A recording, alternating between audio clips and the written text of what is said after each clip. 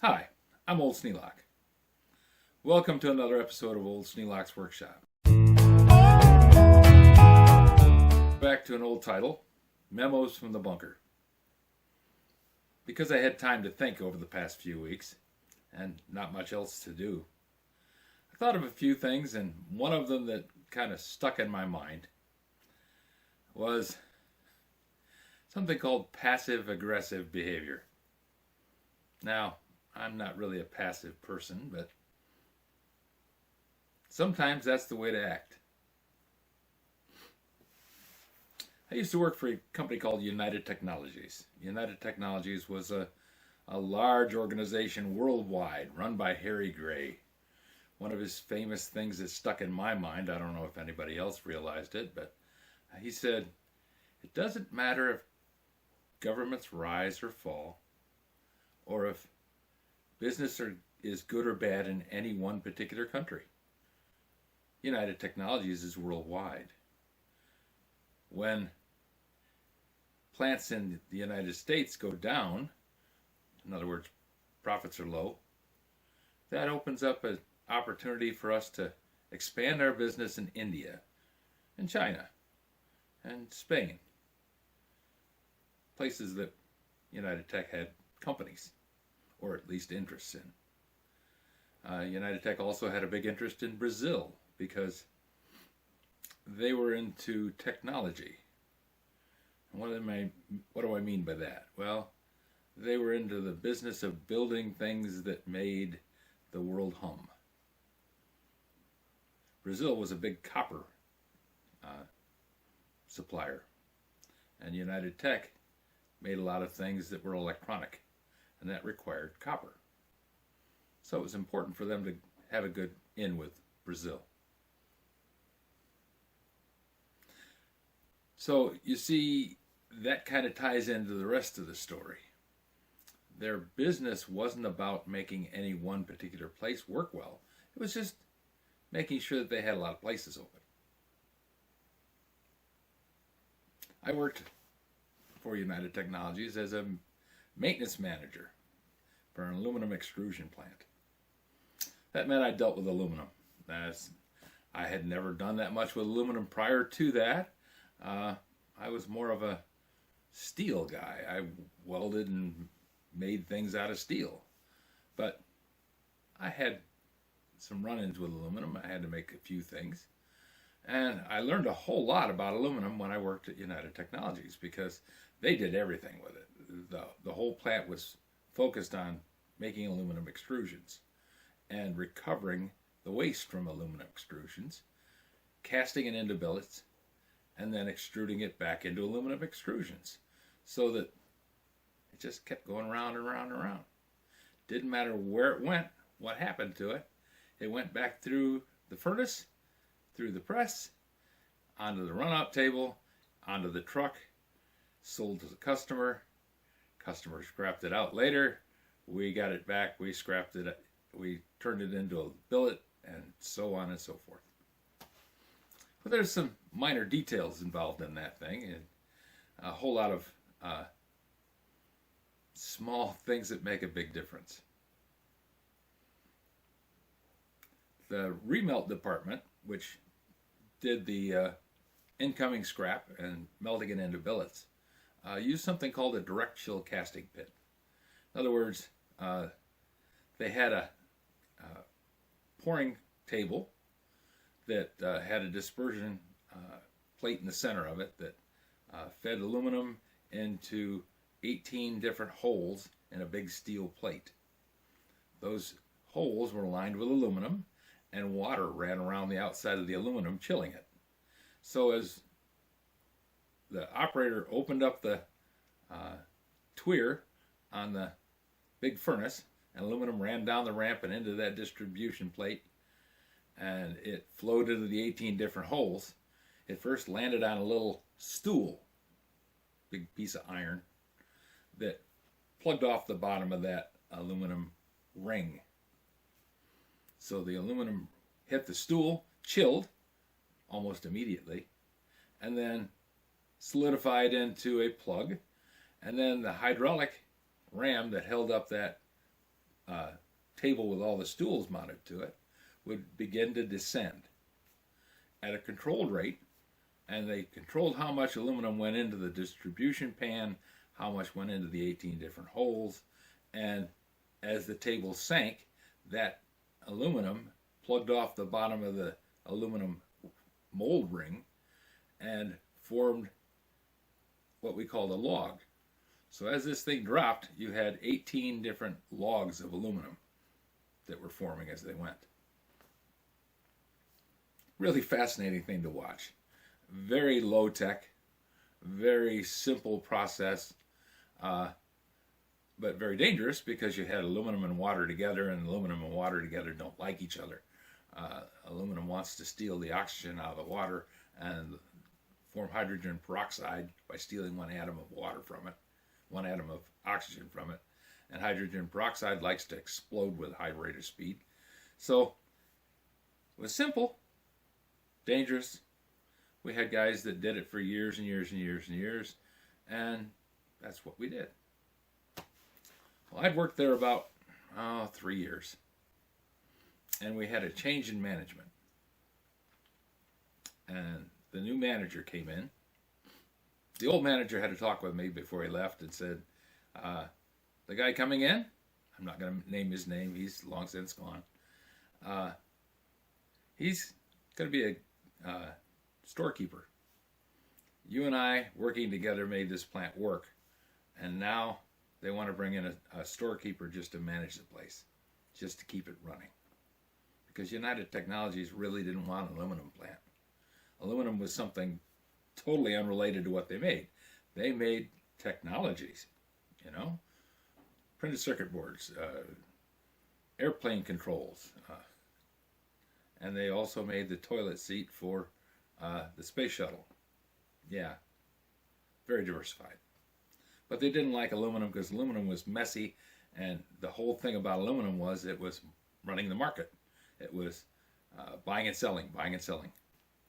Not a good thing for them. So they sent in the storekeeper, and he was going to just run the show. He had been plant manager at that plant many years prior. He was close to retirement, and he was there just to manage the door and keep the lights on until they could find some way to sell the thing or just close it. So time went on. We had our first meeting.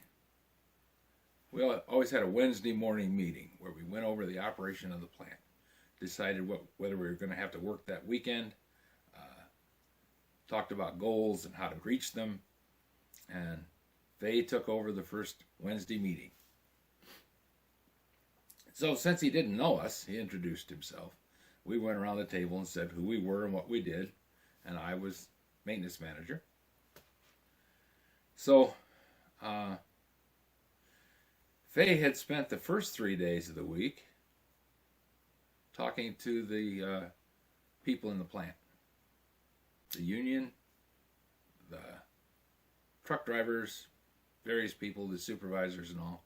He'd not talked to me yet, but then I was always busy. Maintenance people, there's always something broke. So the first thing he said was, I've been talking to the people and we're going to make some changes. Oh, that's always good. We got an active person here. Well, not really. He was going to stabilize things under his way of thinking. He said, we've got a problem. Every time we pull the aluminum out of the homogenizing oven and we kick those fans on, the plant gets unbearably hot. We're going to reverse those fans. Well, right there, I stuck my foot in it. I said, you can't. And before I got another word out, he said, you will. You're not going to tell me what to do. You will reverse those fans. And I thought, okay. First day, first meeting, first mistake. Fine. You want to reverse the fans? I'll reverse the fans. I got up, left the room, walked out, found my guys, took them over to the homogenizing oven, and I said, there's a load about to come out. We got a half an hour. I want to have those fans rewired so that they run backwards. They said, you can't, it's gonna. I said, I don't care. It's not a question of whether I want to or not. It's a question of whether I'm going to. And I'm going to have those fans reversed. So rewire them and let's go. So they did, shaking their head. I think they kind of knew what was going to happen. We pulled the load out of the oven, and the fans we're referring to were 48-inch, we used to call them man coolers. Great big electric motors driving huge propellers, 48-inch propellers. And they would pump out a lot of air. I'll digress a little bit. The philosophy of having a homogenizing oven, remember I talked about the direct chill casting pit? Well, that did a quick chill on the aluminum as it came out of the furnace. Had to. You couldn't have this stuff puddling all over the place. And it formed logs, and the logs were then put onto a big railroad car and run into an oven where they were heated to 1,030 degrees. Very specifically, 1,030. We had to really struggle to maintain 1,030 degrees in the entire oven. The whole oven had to reach that temperature.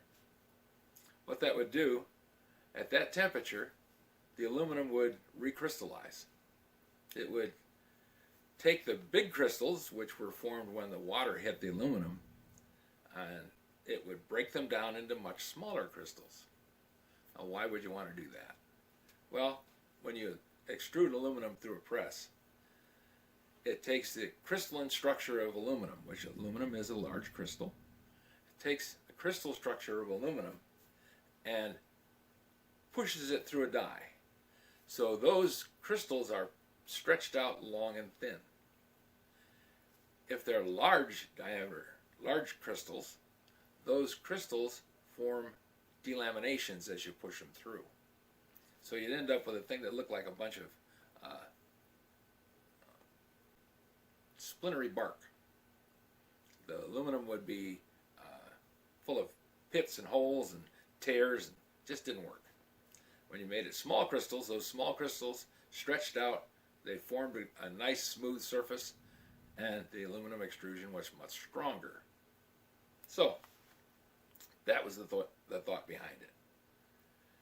But to do that, to make the crystals small, you had to heat them to 1,030 degrees, and then you had to chill them below 500 degrees in about 20 minutes. So you really had to put a lot of cooling onto that. But you couldn't use water, because if you did that, you'd just end up with large crystals again. It cooled too quickly. They had to be cooled in air. Well, when I started working at United Technologies, the homogenizing oven sat in the middle of the plant. And there's two big railroad cars, one on each end. You'd load one, and then you'd shove it into the oven, and the other one would come out, and you'd turn on the fans and cool the logs, and away she went. We had trouble maintaining temperature control, getting it cooled quick enough. So we took the four big cooling fans that were on each end of this oven, and we moved the oven over against the wall and set it to draw outside air in, because the plant air was about 70 degrees year round. Some days in the summertime it got up around 85, 90, which was pretty uncomfortable. But we had a lot of furnaces and ovens and heating units, billet heaters, all kinds of things in there generating heat. We'd have all the doors open in the summertime so that the air just kind of blew through, and we tried to keep the temperature down because nobody likes to work in that kind of temp. And I understood that, and I sympathized with the guys, and we did our level best to keep the plant cool. Moving the fans to the outside wall actually did that. We drew in cooler air on the outside and blew it through the plant, and when we had those big fans running, the whole plant got cooler. The only time it warmed up was when you pulled that load of logs out, and that was about an hour that it was warming up. It would get up about 85. So those cooling fans could, theoretically, take the hot air from the logs and pull it outside the building. A couple of problems with that. The way air flows, you can pressurize air and push it a long ways by turning a fan on, and if you stand in front of the fan, you'll feel the breeze a good distance away from it, depending on how big the fan is. With those 48-inch man coolers, you could feel the air moving on you 100 feet away from them, because that was a lot of air, a lot of volume. But if you stand on the back side of the fan, you don't feel much. Why is that? Well, the fan gathers up air from behind it, packs it in and compresses it, and pushes it out the front. So it can take that volume of air and shove it quite a ways, because the air is stacking up and pushing and pushing and pushing. Getting a fan to draw air in, it only draws from about 7 feet out with any noticeable current. Yeah. I didn't believe it when I read the technical manual, but yeah, it only draws it from about 7 feet out. So it's taking all that air from this large area around the fan and pulling it into the fan, compressing it, and shoving it out. I don't know what the ratio is. I never bothered to learn that. But I thought the 7 foot was an interesting thing. And the idea that it would push it a lot further than it would pull it made sense. You've only got 15 psi of air pressure anywhere in the world. That's the highest it gets, 15 psi at sea level. We were 900 feet up, so it was a little less than that.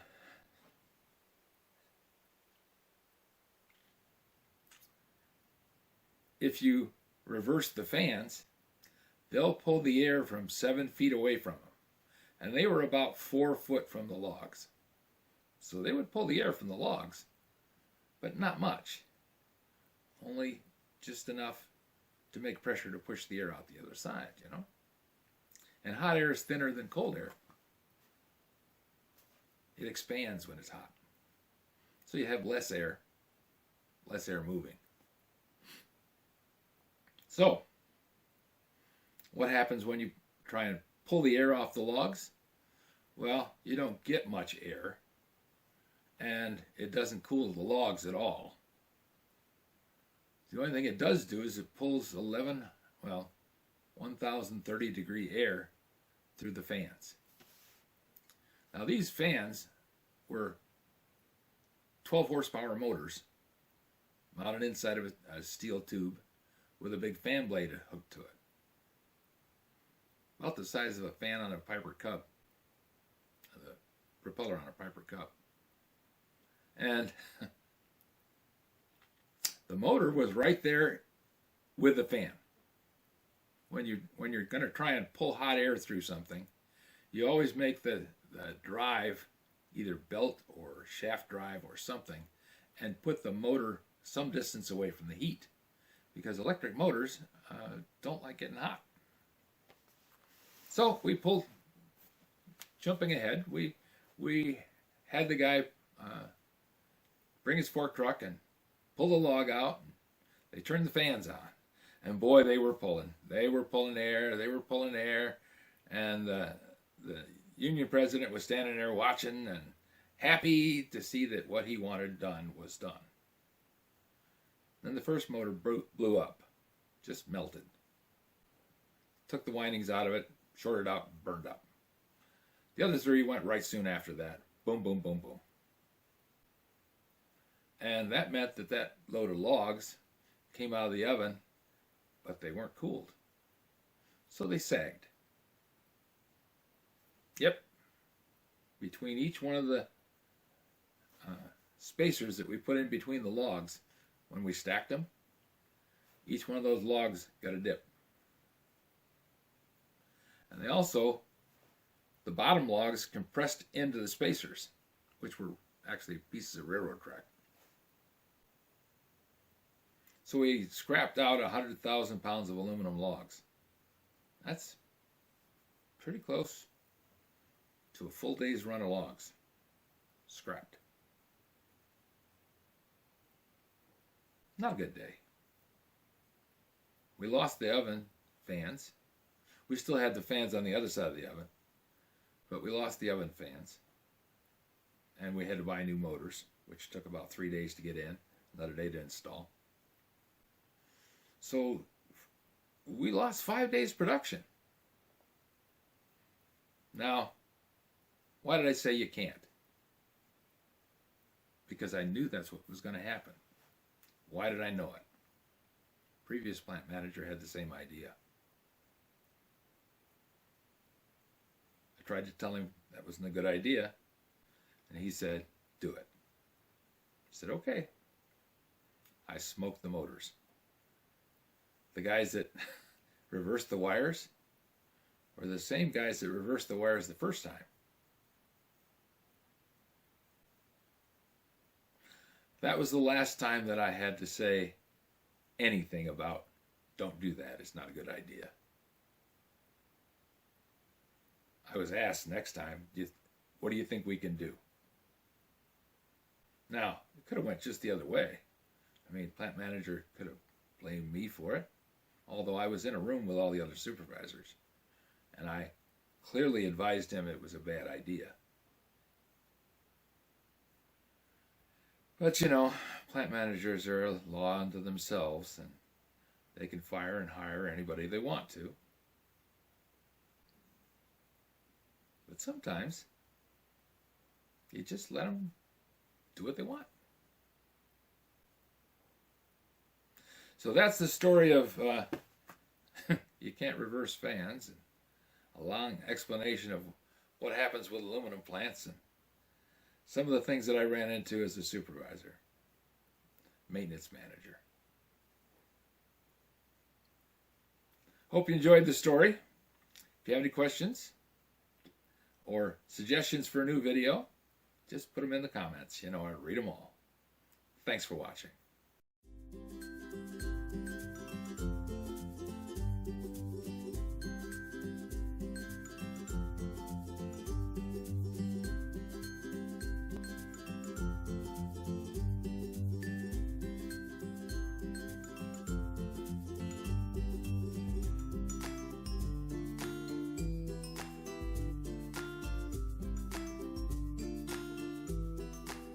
This video is not to be viewed by anyone under the age of 13 in the U.S. or 16 in the European Union without the express written permission of the parents or the legal guardians of the underage person. Such written permission must be on file at the local government entity in charge of enforcing the rules and regulations established by the FTC. Anyone violating these terms is admitting by default that they hold harmless the owners and operators of this channel. Any and all questions should be addressed to your local branch of the FTC.